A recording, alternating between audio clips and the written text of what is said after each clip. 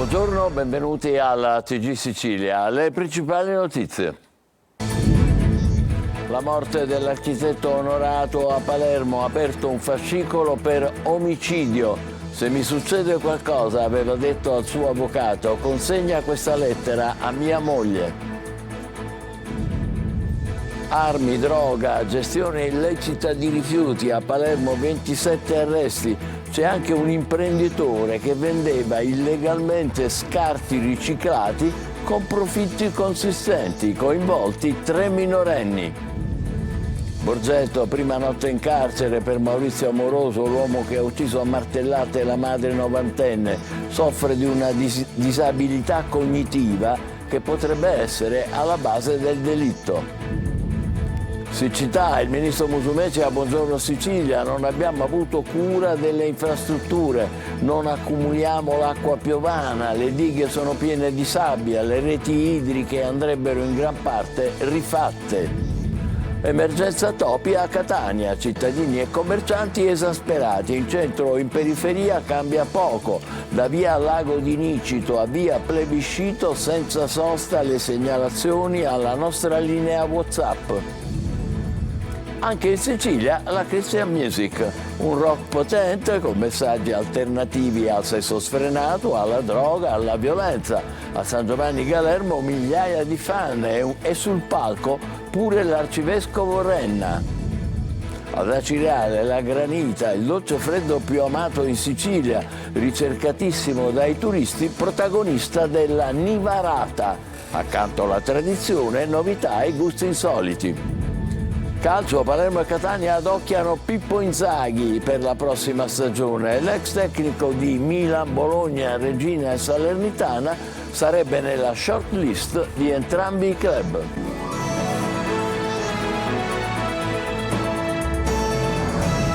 Bentrovati, svolta nelle indagini per la morte di Angelo Onorato a Palermo. Gli investigatori hanno aperto un fascicolo per omicidio. L'architetto aveva consegnato una lettera all'amico avvocato tributarista. Se muoio, diceva, ho fatto tutto per salvare mia moglie e i miei figli. Stasera l'autopsia. Roberta Lunghi. La procura di Palermo indaga per omicidio per la morte di Angelo Onorato, l'imprenditore, marito dell'eurodeputata Francesca Donato, trovato senza vita con una fascetta stretta al collo nella sua auto sabato scorso a Palermo. I magistrati continuano a propendere per la tesi del suicidio, anche se il motivo del gesto è tutt'altro che chiaro. I familiari dell'architetto continuano a ribadire però di non credere alla tesi del suicidio e a sostenere che l'uomo sia stato ucciso. Al centro delle indagini coordinate dal procuratore Maurizio De Lucia, la lettera consegnata alla polizia dall'avvocato Fabrizio Macchiarella, il tributarista amico di Angelo Onorato, al quale l'aveva consegnata 2 giorni prima di morire con l'impegno di darla alla moglie se gli fosse accaduto qualcosa. All'interno una frase shock: se muoio io sappiate che ho fatto tutto per salvare mia moglie e i miei figli. Uno scritto composto a febbraio dove non si leggerebbero nomi e cognomi. Sto vivendo i momenti più difficili e devastanti della mia vita, scrive su X Francesca Donato. Il dolore è inimmaginabile e prega tutti di astenersi da speculazioni sulle cause della morte del marito, lasciando che a parlare siano le indagini. Che Onorato avesse paura si evince chiaramente dallo scritto nella lettera. Le persone più vicine a lui pensano a problemi legati al cantiere di Capaci per realizzare un capannone, forse una richiesta di risarcimento. Anche il giorno in cui è morto, Onorato ha detto al cognato che sarebbe andato a Capaci per risolvere una questione, ma a Capaci non è mai arrivato. Oggi in serata dovrebbe svolgersi l'autopsia che potrebbe dare qualche risposta in più. Nella prima ispezione cadaverica il medico legale aveva negato che ci fossero segni di violenza, così come segni di una colluttazione. Palermo, traffico di rifiuti da 50.000 euro al mese. Una banda gestiva pure le piazze di spaccio e le estorsioni. 27 arresti, gli indagati si facevano pagare anche per restituire le auto rubate con il classico metodo del cavallo di ritorno. Eva Spampinato. Trafficavano droga e rifiuti e incassavano fino a 50.000 euro al mese. Un blitz dei carabinieri di Palermo ha fatto scattare le manette per 27 persone, 17 finite in carcere e 10 ai domiciliari, che oltre a rubare, lavorare e rivendere il ferro, controllavano le piazze di spaccio e rubavano auto. Un giro d'affari fiorente che coinvolgeva anche un imprenditore, il quale, secondo gli inquirenti, metteva a disposizione i propri mezzi, consentiva la compilazione dei formulari per la successiva vendita dei rifiuti a ditte della Sicilia e di altre regioni, impegnate nel campo edile, siderurgico e del trattamento di materiale metallico, con guadagni stimati che potevano arrivare anche a 50.000 euro mensili. Nelle piazze di spaccio di San Giovanni Apostolo, Borgonuovo e Cruillas, gli indagati gestivano la vendita della droga con armi da sparo clandestine. Altri introiti poi arrivavano dal furto di auto e furgoni. La banda prima rubava decine di mezzi e poi tentava l'estorsione ai proprietari con il metodo del cavallo di ritorno. La somma richiesta per la restituzione era di 1.000 euro. Borgetto ha passato la prima notte in carcere Maurizio Amoroso, il 59enne che ha ucciso a martellate la madre 90enne. L'uomo soffre di una disabilità cognitiva che potrebbe essere alla base dell'esplosione di rabbia. Manlio Viola. Un raptus improvviso, come altri ne erano capitati in passato, ma stavolta irrefrenabile. Un raptus forse legato alle sue condizioni di salute, tali da farlo inserire nella categoria dei disabili. Non ci sarebbe un vero e proprio movente, ma soltanto una rabbia improvvisa e incontrollata dietro l'omicidio di Maria Benfante, la donna di quasi 90 anni assassinata ieri mattina a martellate, sembra dal figlio disabile Maurizio Amoroso di 59 anni. Amoroso è stato arrestato e trasferito in carcere ieri sera, dopo appena mezza giornata di rilievi e interrogatori. Gli inquirenti non hanno dubbi sulla sua colpevolezza, anche se c'è da comprendere se le condizioni mentali siano compatibili con il regime carcerario, cosa che nella notte è sembrata un po' difficile. Amoroso viveva con la madre nella villetta fuori dal paese di Borgetto, lungo la strada provinciale, una costruzione fuori mano nella quale al piano superiore vive anche l'altra figlia della vittima e sorella del presunto assassino. Ieri mattina l'esplosione della rabbia improvvisa e incontrollata e le martellate. La ragazza dal secondo piano ha sentito le urla della madre, è scesa, ma al suo arrivo la tragedia si era già consumata. La chiamata per i soccorsi, ma il 118 può soltanto constatare il decesso, poi l'arrivo dei carabinieri e l'avvio delle indagini. Amoroso adesso è in carcere, ma trovare un vero movente sarà cosa ardua, vista la situazione dell'uomo. Non risponde al giudice il meccanico di Cianciana arrestato per aver tentato di uccidere i figli piccoli e la moglie che voleva separarsi e rientrare in Polonia. Il bimbo migliora, la donna e la bimba di 3 anni sono ancora gravi. Davide Sardo. Così come subito dopo l'arresto, anche oggi al carcere Pasquale Di Lorenzo di Agrigento in occasione di un altro interrogatorio in sede di udienza di convalida, Daniele Alba si è avvalso della facoltà di non rispondere trincerandosi nel silenzio. Il meccanico 35enne di Cianciana, che giovedì scorso ha coltellato e ferito gravemente la moglie e 2 figli, 6 e 3 anni, investito dalla rabbia verso la moglie che avrebbe voluto separarsi rientrando in Polonia, la sua nazione d'origine, insieme ai figli. Alba, accompagnato dai suoi legali, si è presentato al cospetto del giudice per udienze preliminari del Tribunale di Sciacca, Antonino Cucinella, il quale valuterà l'applicazione della misura cautelare in carcere pretesa dal sostituto procuratore Brunella Fava, titolare dell'inchiesta. I bambini sono in progressivo miglioramento. Christian e Sara sono entrambi ricoverati all'ospedale dei bambini di Cristina a Palermo. La madre Aneta, invece, già operata a Ribera, sta bene e a breve potrebbe essere dimessa all'ospedale Fratelli Parlapiano. La Premier Meloni sarà a Palermo nel pomeriggio. Al Teatro Massimo firmerà con il governatore Schifani il patto di sviluppo e coesione per l'isola. La Sicilia è una delle 3 regioni che non ha ancora sottoscritto il documento programmatico che porta in dote quasi 7 miliardi. Una parte sarà assegnata a Catania per finanziare progetti per la città. Emergenza siccità. Buongiorno Sicilia, il ministro Musumeci dice basta sprechi. Non abbiamo avuto cura delle nostre infrastrutture, non accumuliamo l'acqua piovana, le dighe sono piene di sabbia, le reti idriche andrebbero in gran parte rifatte. Ma per fortuna ci sono alternative, ascoltiamolo. La lotta alla siccità si prepara quando l'acqua c'è. perché noi consumiamo utilizziamo solo il 10-11% dell'acqua piovana invece di accumularla. Abbiamo oltre una ventina, forse 26-27 dighe, ma molte di queste non sono utilizzabili perché per 50-60 anni si è consentito l'insabbiamento o da parte delle sponde o per un fenomeno naturale, il che significa che la sabbia prende il posto dell'acqua.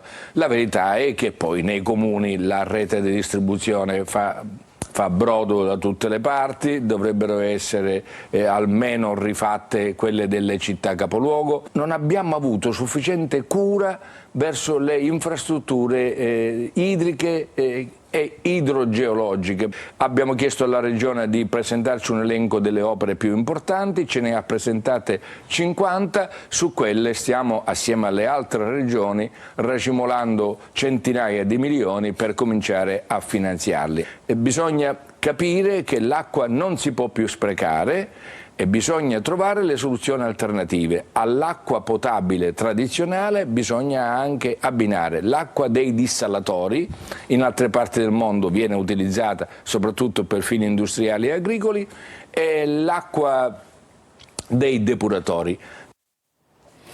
Ponte sì, ponte no. Il senatore leghista Germanà ha presentato un esposto nei confronti del leader di Alleanza Verdi e Sinistra Bonelli, nei cui confronti ipotizza il reato di calunnia. Chi come Bonelli dichiara falsità, sostiene Germanà, presentando esposti basati su menzogne, crea un pericoloso clima di odio e allarme sociale ed è penalmente perseguibile. Catania, invasa dai topi. Cittadini e commercianti segnalano la presenza di grossi roditori in centro e in periferia. Siamo andati a vedere la situazione in via Lago di Nicito. Tonino De Manna.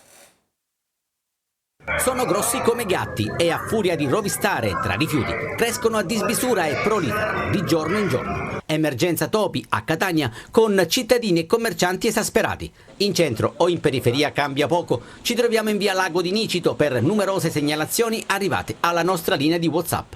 Il filmato che vedete è stato realizzato da un nostro telespettatore e ritrae un grosso topo che si sposta freneticamente sul marciapiede. Siamo rovinati al massimo. I topi ci stanno invadendo, dato che qua all'angolo è una zona che è crollato il palazzo e poi i topi e c'è il rifugio dei topi. Cortesemente se ci aiutate perché siamo consumati.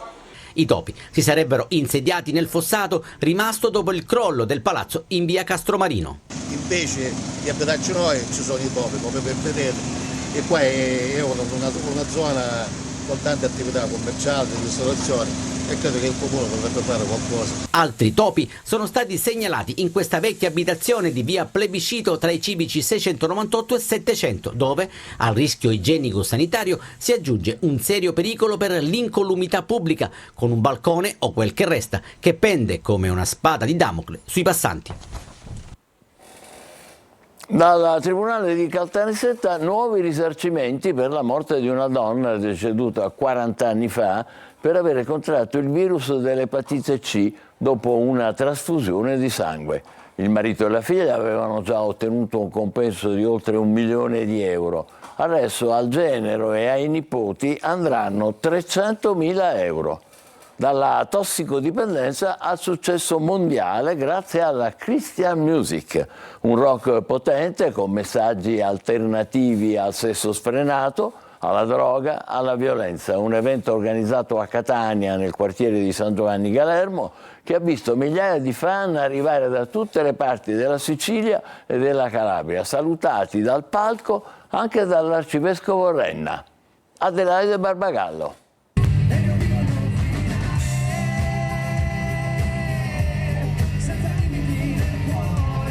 Il rock possente del Reale a Catania, con migliaia di persone arrivate da tutta la Sicilia e dalla Calabria per applaudire il gruppo che gira tutto il mondo e che non era mai stato nell'isola. Ad attrarre schiere di giovani e intere famiglie è la loro Christian Music.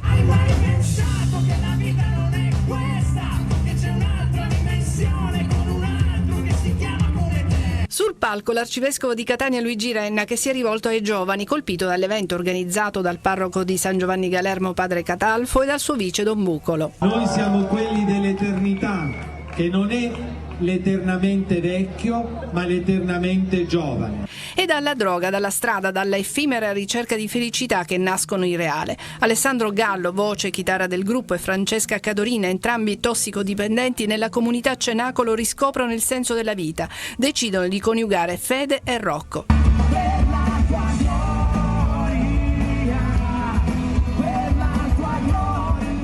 Come si è trovato lo spazio artistico per temi di violenza, ostentazione della ricchezza, sesso, droga, si può trovare spazio anche per i valori cristiani se la proposta artistica è di pari qualità. Smonta nel luogo comune dello sfigato cattolico che si batte il petto ed è triste. Sono gioiosi, raccontano la loro esperienza di rinascita, scalano le classifiche. I loro album sono tra i più scaricati e venduti online. Le rose soffre il mal di mare, forse il mondo vero è quello di Catania. Davvero una folla straordinaria. Passiamo al lato. La granita, il dolce freddo al cucchiaio più amato in Sicilia, ricercatissimo dai turisti, è protagonista della Nivarata di Acireale. Accanto alla tradizione tante novità e spuntano gusti insoliti. Emanuela Corsi.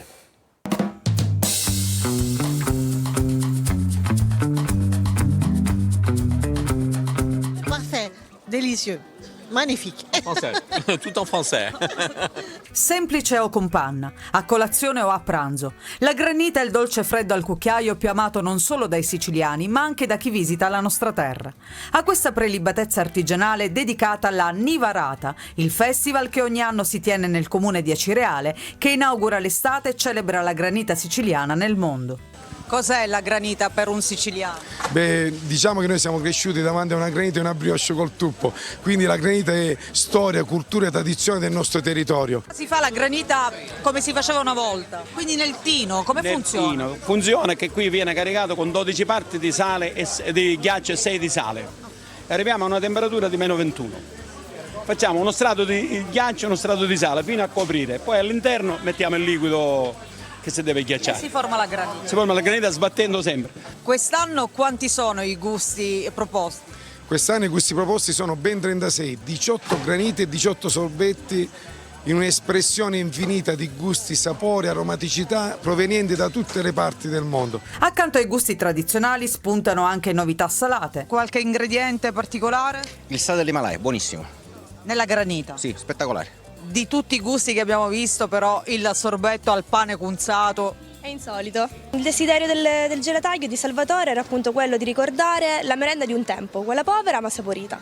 Quindi pane cunzato con il pomodoro, olio, origano e sale. E poi ingredienti come verdure, piante aromatiche e fiori. Io sto preparando una granita di fiori di zagara. I gusti più classici rimangono sempre un must, però l'originalità e la ricerca deve necessariamente proseguire. Va bene sperimentare e innovare, ma su una cosa sono tutti d'accordo. Accanto a una granita non può mancare la brioche, rigorosamente con il tuppo. Beh, infatti è proprio così. Allora, adesso Siracusa, che è capitale della carta igienica, non è uno scherzo. Secondo un'indagine sui consumi, quella di Siracusa è la provincia dove costa meno in Italia. Ma sentiamo cosa ne pensano i consumatori. Francesco Aloi.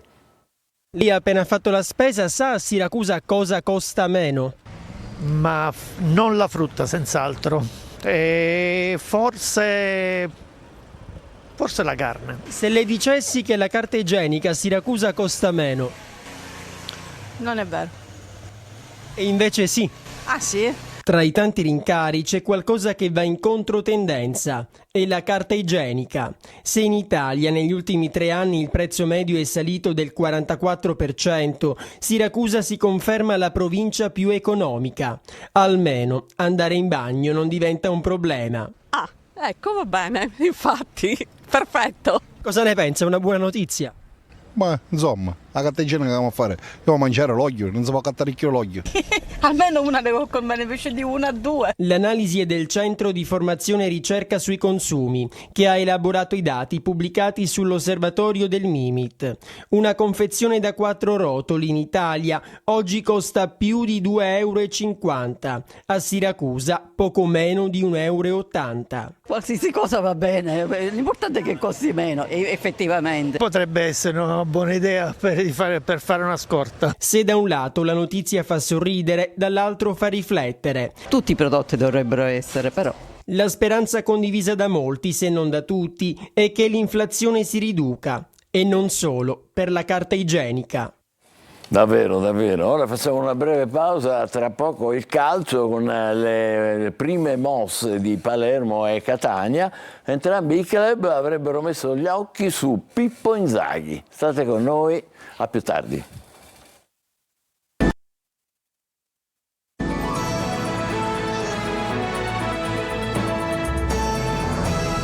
TG con il calcio, è già tempo di pensare al futuro in casa a Palermo. Tra i nomi papabili per il dopo Mignani c'è anche quello di Filippo Inzaghi. Lascerà anche l'attuale DS Leandro Rinaudo. Marco Gullà.